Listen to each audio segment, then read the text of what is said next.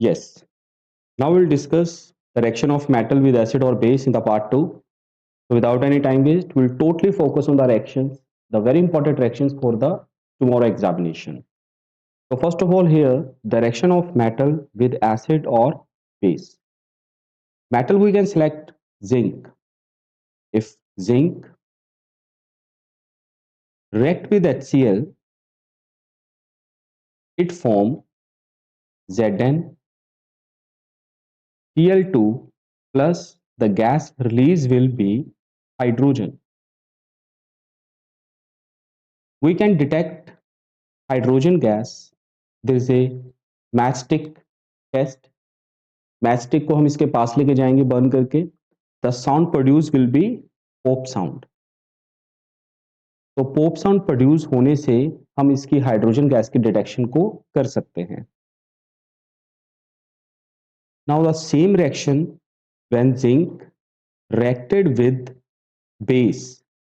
Students पहले ये acid था, याद रखना है, HCl स्टैंड फॉर एसिड, और अब हम बेस के साथ रिएक्शन इसकी करेंगे.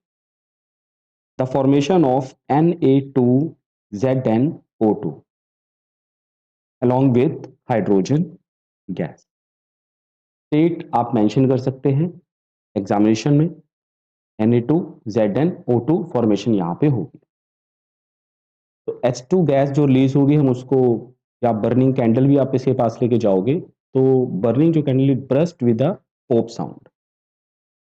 इसके बाद मैंने एक और मेथड आपको पार्ट 1 में, जो कि हमारी प्रीवियस वीडियो थी, उसमें मैंने आपको समझाया है कि reaction of metal carbonate, metal hydrogen carbonate with acid only, not base. A very important reaction here. HCl is a acid. Metal carbonate, we can say Na2CO3. यहाँ पे स्टूडेंट सॉल्ट तो बनेगा ही बनेगा, that is NaCl plus gas बनेगी CO2 plus यहाँ पे बनेगा water. You can balance the reaction. यहाँ पे 2HCl आ जाएगा, 2NaCl आ जाएगा, क्योंकि यहाँ पे Na कितने थे, यहाँ पे 2. यहाँ पे आप देख सकते हैं Na कितने आ रहे हैं 2, तो यहाँ पे Na भी कितने आएंगे 2. तो 2 क्लोरीन है यहाँ पे, तो हमने 2 क्लोरीन कर दिए. तो इस तरह से बैलेंस आप इस रिएक्शन को कर सकते हैं. अब इस तरह से जो एसिड है that is HCl,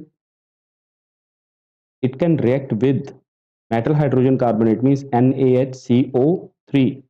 The formation of NaCl plus CO2 plus water. तो यहाँ पे भी आपकी फॉर्मेशन किसकी हो रही है, यहाँ पे एक तरह से formation salt, gas, water, and this is the metal hydrogen carbonate and this is HCl.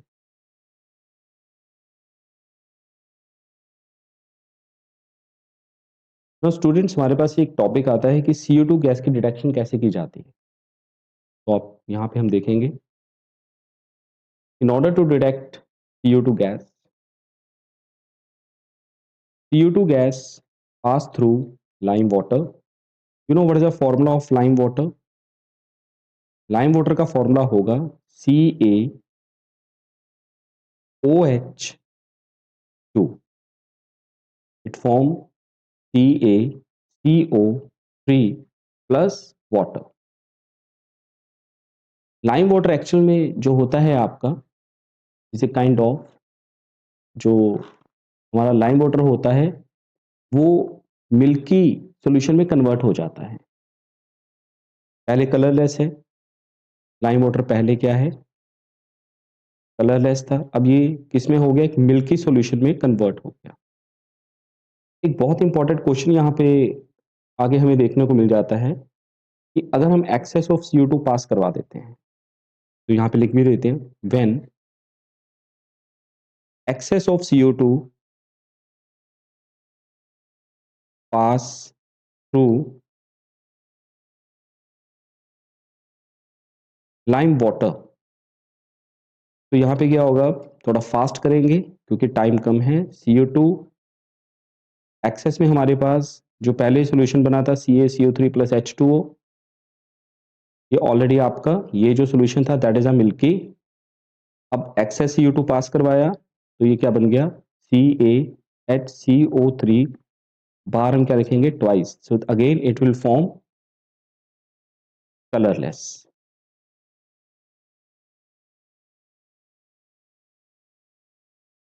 In all previous video lectures, we already discussed with the reactions of metal hydrogen carbonate, metal carbonate with acid, and the all reaction related to hydrogen.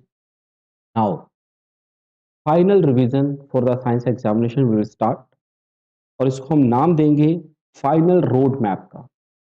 अभी जो हम start करने वाले हैं और इसमें हम बहुत सारे रिएक्शंस जो क्विक वे से हम फास्ट करेंगे, और ये उन स्टूडेंट्स के लिए रहेगी जिनकी फाइनल तैयारी हो चुकी है और एक फास्ट रिवीजन देनी है एग्जामिनेशन से पहले। तो हमारा टॉपिक रहेगा final road map,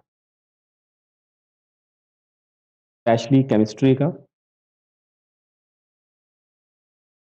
for science 2026।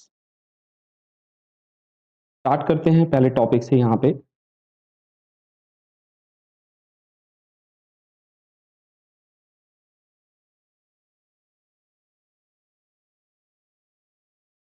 चलिए ऐसे स्टार्ट कर देते हैं। इसमें कुछ इंपॉर्टेंट रिएक्शंस जो मैं आपके साथ डिस्कस कर लेता हूँ, वो क्या क्या हो सकती हैं एसिड बेस और सॉल्ट में से भी। कुछ इंपॉर्टेंट पॉइंट मैं आपके साथ डिस्कस करता हूँ। फर्स्ट ऑफ ऑल, रिएक्शन की अगर मैं बात करूं तो एसिड और बेसिस और सॉल्ट में जो सॉल्ट से रिलेटेड जितना भी टॉपिक्स हैं आपके लिए वेरी इंपॉर्टेंट पार्ट, चाहे वो आपके पास NaHCO3 हो, चाहे वो आपके पास Na2CO3.10H2O हो, फिर हमारे पास CaSO4.12H2O, और फिर चाहे वो टॉपिक आपका जो CaOCl2 भी हो सकता है।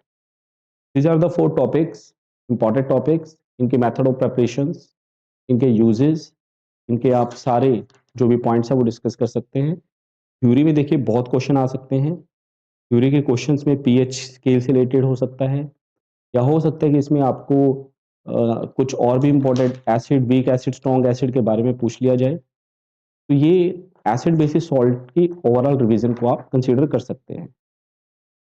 मेन एक्शंस मैंने आपको यहाँ पे बताई थी। अगर मैं बात करूं यहाँ पे मेटल एंड नॉन मेटल की, जो कि 2 चैप्टर हमारे रहते हैं, तो फास्ट रिवीजन में हम उनको देखते हैं कैसे हम कंप्लीट कर सकते हैं। तो यहाँ पे अगर मैं चैप्टर लिखूं metal and non metal, what are the important points metal and non metal for the final examination. कुछ इंपॉर्टेंट पॉइंट्स यहाँ पे अगर मेटल एंड नॉन मेटल के सामने आते हैं, आपसे CBSE नहीं पूछेगी मेटल्स एंड नॉन मेटल्स क्या हैं, तो डायरेक्टली आज क्वेश्चन कि मेटल की रिएक्शंस क्या हो सकती हैं। बहुत ही इंपॉर्टेंट रिएक्शंस मैं आपको बताने जा रहा हूं मेटल एंड नॉन मेटल की रिएक्शंस का। स्टूडेंट, मेटल की रिएक्शंस 3 वे से आपने देखनी है। फर्स्ट, कोल्ड वाटर के साथ कितनी है वो आपकी बुक में आपको मिल जाएगी। हॉट वाटर के साथ कौन कौन सी मेटल रिएक्ट होगी। One reacted with steam, steam के साथ कौन सी रिएक्शन मेटल प्रोवाइड करेगा। इसके बाद मेटल एंड नॉन मेटल्स में कैल्सिनेशन एंड रोस्टिंग से समटाइम क्वेश्चन आपको आ सकता है। इससे रिलेटेड जितने भी रिएक्शंस हैं आपकी आपको करनी है। अब जैसे हमें पता था तो ओवरऑल कंडीशंस में कि कैल्सिनेशन पे कौन सी और अप्लाई हो सकती है, कार्बोनेट और, यानी कि जैसे CaCO3 कार्बोनेट और है। रोस्टिंग में सल्फाइड और आपकी ऑब्टेन होगी, इसमें SO2 गैस बनेगी, और इसमें आपकी कौन सी गैस बनती है, there is a formation of CO2 gas. Calcination roasting के बाद एक फ्लो चार्ट आपको आता है, फ्लो चार्ट डायरेक्टली नहीं आएगा, उसमें से आपको क्वेश्चन आ सकते हैं। एंड 2 इंपॉर्टेंट पॉइंट्स मैं यहाँ पे लिख देता हूँ, 2 इंपॉर्टेंट पार्ट्स यहाँ पे रह जाते हैं। One is the electrolytic refining,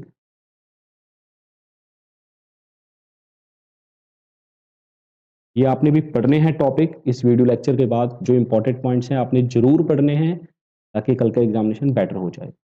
electrolytic refining के बाद आपका पॉइंट आ जाता है that is the electrolysis of NaCl। Electrolysis of NaCl, एक बहुत इंपॉर्टेंट पॉइंट आ जाता है that is a thermite reaction. तो ये कुछ इंपॉर्टेंट पार्ट्स हैं मेटल्स एंड नॉन मेटल्स में, जो कि अगर आपके पास टाइम नहीं है, आपने पहले रिवीजन कर रखी है, तो लास्ट टाइम पे आप इसको रिवीजन करके चल जाओ, that's a very beneficial for you. Metals and non metals में थ्योरी में और भी क्वेश्चंस बहुत है, लेकिन अभी जो माइंड में है मेरे, आपको मैंने वो बता दिए हैं। तो लास्ट हमारा पॉइंट रह जाता है that is a carbon and compounds. Carbon compounds के कुछ इंपॉर्टेंट पार्ट्स मैं आपको बता देता हूँ। पहले तो थ्योरी आपको पता ही है, टेट्रावैलेंसी, कैटिनेशन क्या है। इसमें आपको IUPAC नेमिंग पूछी जा सकती है। It's not difficult, it's very simple. Naming आपको पूछी जाएगी, फंक्शन ग्रुप पूछे जा सकते हैं, वो आपको पता होना चाहिए। जैसे आपको मैं शॉर्ट में बता देता हूँ, ये जो आपका फंक्शन ग्रुप है C double bond OH, it stand for aldehyde. ठीक है, अब ये वाला कौन सा था, कीटोन। लास्ट में आपका कौन सा आता है, that is the COOH, it stand for carboxylic acid. OH stand for alcohol. तो इस तरह से और भी आपसे, जैसे क्लोरीन, वो तो क्लोरो ब्यूटेन, क्लोरोमीथेन, इस तरह से आएगा। इसके बाद इस चैप्टर में जो रिएक्शंस आती हैं वो बहुत ही, इसमें 4 इंपॉर्टेंट रिएक्शंस टाइप्स आ जाती हैं। वन इज स्टैंड की आपने पढ़ी होगी कि किस तरह से यहाँ पे कंबस्चन रिएक्शन को हम अंडरस्टैंड करें। कंबस्चन रिएक्शंस में कार्बन की रिएक्शंस है, CO2 की, मीथेन की, तो जरूर पढ़िएगा ताकि एग्जामिनेशन में आप कर पाएं। कंबस्चन के बाद एक और रिएक्शंस में हम कर सकते हैं यहाँ पे एडिशन। एडिशन रिएक्शंस में, या आप एडिशन रिएक्शन को एक वैसे और भी समझ सकते हैं। इसमें मैं आपको वैसे रिएक्शन के थ्रू समझा देता हूँ। कार्बन का डबल बॉन्ड होता है, आपको याद होगा, प्लस हम कर सकते थे ऐड हाइड्रोजन की इन द प्रेजेंस ऑफ निकल, तो डबल बॉन्ड हटेगा, it's a formation of single bond, hydrogen साथ में अटैच होगी। एडिशन रिएक्शन के बाद यहाँ पे ऐड करेंगे कंसनट्रेटेड सल्फ्यूरिक एसिड की रिएक्शंस की आ जाती है। जैसे सपोज कीजिए यहाँ पे CH3, वो इथेनॉल और इथेनोइक एसिड में चली जाएगी आपकी reaction. CH3 CH2OH, oxidation reaction की बात कर रहे हैं, जरूर यहाँ पे लिखना है स्टूडेंट आपको अल्केलाइन KMNO4 या एसिडिफाइड K2Cr2O7, ये बनेगा CH3COOH, क्योंकि ये H2 जो है आपकी वो छट जाएगी। H2 हटने से ऑक्सीजन की एडिशन होगी। और इसी वजह से अगर हम यहाँ पे बात करें कंसनट्रेटेड सल्फ्यूरिक एसिड की, तो आपकी रिएक्शन एक और बन सकती है यहाँ पे, also very useful. If we have CH3 CH2OH, addition of concentrated sulphuric acid, तो ये H2O को यहाँ से हटा दो, CH2 डबल बॉन्ड CH2 आ जाएगा, मतलब 2 कार्बन साथ में डबल बॉन्ड और 2 हाइड्रोजन आपके दोनों साइड पे होंगे। आफ्टर दैट स्टूडेंट, आपने टॉपिक जरूर कवर करने हैं इथेनॉल के और इथेनोइक एसिड के, इनकी क्या क्या प्रॉपर्टी हैं, क्या क्या रिएक्शंस हैं। थ्योरी में आपको केस स्टडी में शायद क्वेश्चन आ जाए सोप और डिटर्जेंट वाले टॉपिक से, सोप डिटर्जेंट वाले टॉपिक से आपको क्वेश्चन आ सकता है, हाइड्रोफोबिक हाइड्रोफिलिक पार्ट। ओवरऑल अगर मैं आपको बताऊं, केमिस्ट्री का पोर्शन आपका 27 या जो भी मार्क्स का आ रहा है, रिवाइज जरूर करके जाना है। कुछ इंपॉर्टेंट जो आपको लग रहा है उसको जरूर पढ़िए, और जो जो मैंने आपको रिएक्शंस बताई हैं डेफिनेटली उसको लिख के जरूर प्रैक्टिस करो ताकि आप एग्जामिनेशन बेटर कर पाओ। All the very best dear student, do hard work, go ahead, definitely marks आपके पास होंगे। आप अच्छा पेपर करके आना। All the very best, thank you.